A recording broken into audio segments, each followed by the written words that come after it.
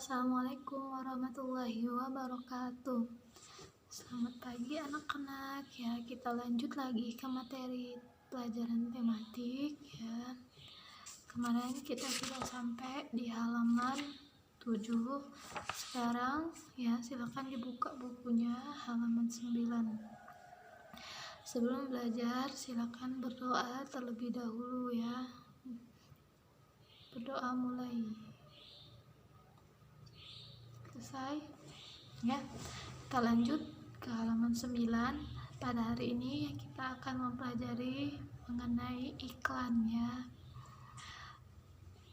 Semester kemarin kita sudah sedikit membahas mengenai iklan ya. Di semester ini kita akan membahas lagi mengenai iklannya. Kita ulang kembali.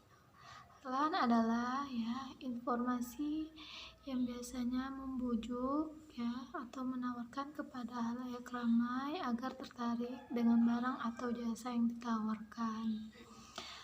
Nah, iklan ini bisa lewat media elektronik maupun media non elektronik ya.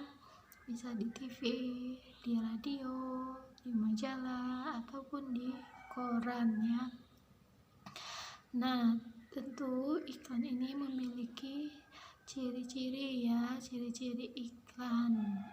Apa saja ciri-ciri iklan yang baik ya? Pertama, dia harus bahasanya yang komunikatif ya. Apa itu komunikatif? Komunikatif itu bahasanya mudah untuk dimengerti orang ya, mudah untuk diterima dengan baik oleh orang lain. Kedua, dia bahasanya informatif ya, artinya dia memberikan informasi kepada para pembaca atau para penonton yang sedang melihat iklannya ya. Kemudian yang ketiga, menggunakan bahasa yang baik dan mudah dimengerti ya, jangan menggunakan bahasa yang rumit untuk dimengerti. Kemudian yang keempat ya, bahasanya itu harus yang mudah diingat ya. Kita lihat contohnya ini di iklan Sprite ya. Dia semuanya pasti tahu ya iklan Sprite itu seperti apa ya. Iklannya yang pas di dompet ya, minumannya itu pas di kantong. Nah, jadi iklan Sprite ini ya bahasanya sangat komunikatif ya. Jadi yang mudah diingat dari Sprite adalah nyatanya nyegerin. Oke. Di situ iklan Sprite dan bahasanya mudah dimengerti oleh semua orang ya. Kita lanjut ya ke unsur utama iklan. Jadi unsur utama iklan ya, bagian yang paling utama dari iklan adalah kalimat ya. Kalimat seperti apa ya? Ada dua jenis kalimat dalam iklan.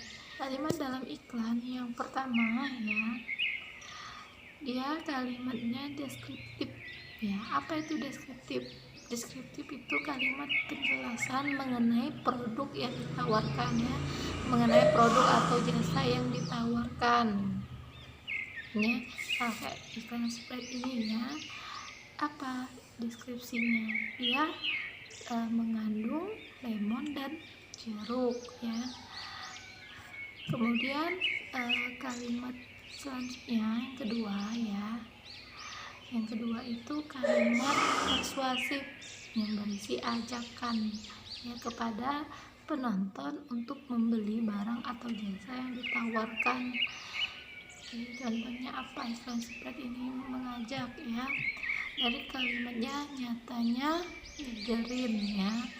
Itu dia menarik orang untuk membeli barang yang ditawarkan ya, secara tidak langsung bahwa dia ingin mengajak orang untuk merasakan ya kesegaran dari Sprite. Oke, kita lanjut. Dan iklan ya harus memperhatikan syarat-syaratnya ya. Ada 5 syarat dalam pembuatan iklan ya, 5 syarat iklan. Yang pertama iklan tidak boleh menggunakan makna ganda ya dalam bahasanya, tidak boleh mempunyai arti yang banyak ya. Kemudian yang kedua, iklan harus mudah dimengerti dan dipahami ya oleh semua orang. Kemudian yang ketiga ya, iklan harus memperhatikan ya, tidak boleh dia merendahkan produk atau jasa dari orang lain ya, tidak boleh merendahkan produk orang lain. Yang keempat, iklan tidak boleh berbohong terhadap fakta yang ada di dalam produk tersebut. Kemudian yang kelima, harus memperhatikan ya etika bahasanya ya. Oke, jadi ada 5 syarat iklan. Kemudian untuk membuat iklan juga harus memperhatikan beberapa hal ya, supaya iklan yang kita buat itu menarik pembaca ataupun penonton ya. Yang pertama ya, iklan harus memberikan nilai tambah ya, atau memberikan keunggulan dari produk atau jasa yang ditawarkan. Misalnya kayak Le Mineral ya, dia bilang Le Mineral itu ya beda segarnya, bukti terlindung mineralnya. Jadi itulah nilai tambah dari Le Mineral ya. Kemudian yang kedua, biasanya orang akan memberikan diskon ya, agar menarik pelanggan untuk membeli, diskon berapa persen. Kemudian yang ketiga ya, biasanya dijelaskan itu spesifikasinya untuk umur berapa ya iklan yang ditawarkan ya, untuk laki-laki ataupun perempuan atau untuk anak-anak ya, agar lebih menarik. Oke, halaman 11 itu ada cermat pengamati, silakan diisi dulu. Lanjut di halaman 12 di bagian kini aku tahu ya. Kemarin sudah kita pelajari mengenai zat tunggal dan zat campuran ya. Zat tunggal itu terdiri dari satu materi penyusun, sedangkan zat campuran itu terdiri dari lebih dari satu materi penyusun ya. Contoh zat tunggal itu ada air, gula, garam ya, sedangkan zat campuran itu ada contohnya larutan kopi, larutan gula, larutan garam ya, campuran minyak dan air ya. Itu contoh campuran. Kemudian ya, zat tunggal itu ya dapat kita uraikan ya secara kimia ya. Ada dua jenis zat tunggal ya, ada yang namanya unsur dan ada yang namanya senyawa ya. Sedang unsur ini ya adalah zat yang tidak dapat disederhanakan lagi, sedangkan senyawa dapat disederhanakan secara kimiawi ya. Oke, unsur ya, misalnya air ya. Air itu dia termasuk zat tunggal ya. Apa kandungan dari air? Dia terdiri dari hidrogen dan oksigen ya. Kalau kita mau menyederhanakan air secara kimia, bahwa air itu terdiri dari hidrogen dan oksigen ya. Jadi air dikatakan senyawa ya, karena dia terdiri dari dua unsur ya.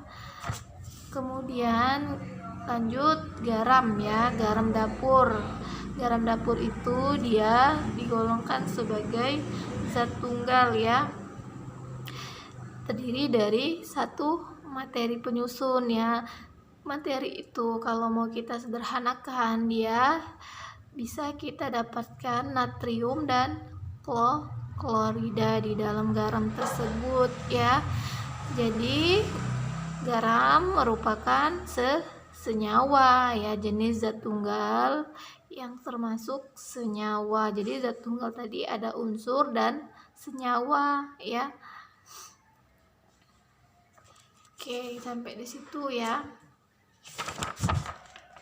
Nah, ini ada eksperimen ya, silakan dilakukan percobaan. percobaan 1 dan percobaan 2.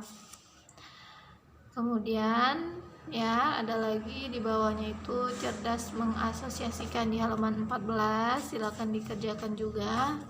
Nih ya di tabel, nama campuran es teh, bahan campuran daun teh kering dan air, jenis campurannya apa ya, apa dia homogen, apa campuran yang heterogen, kegunaannya apa es teh ya. Begitu juga air kopi yang kedua ya, bahan air kopi itu apa aja ya. Kemudian dia di sini sudah dituliskan jenis campurannya heterogen ya, dia tidak dapat menyatu dengan baik. Kemudian kegunaan air kopi apa, lanjut yang nomor 3 dan 4. Oke, mungkin itu saja yang dapat disampaikan ya. Kalau ada yang belum jelas boleh ditanyakan. Umi akhiri, wassalamualaikum warahmatullahi wabarakatuh.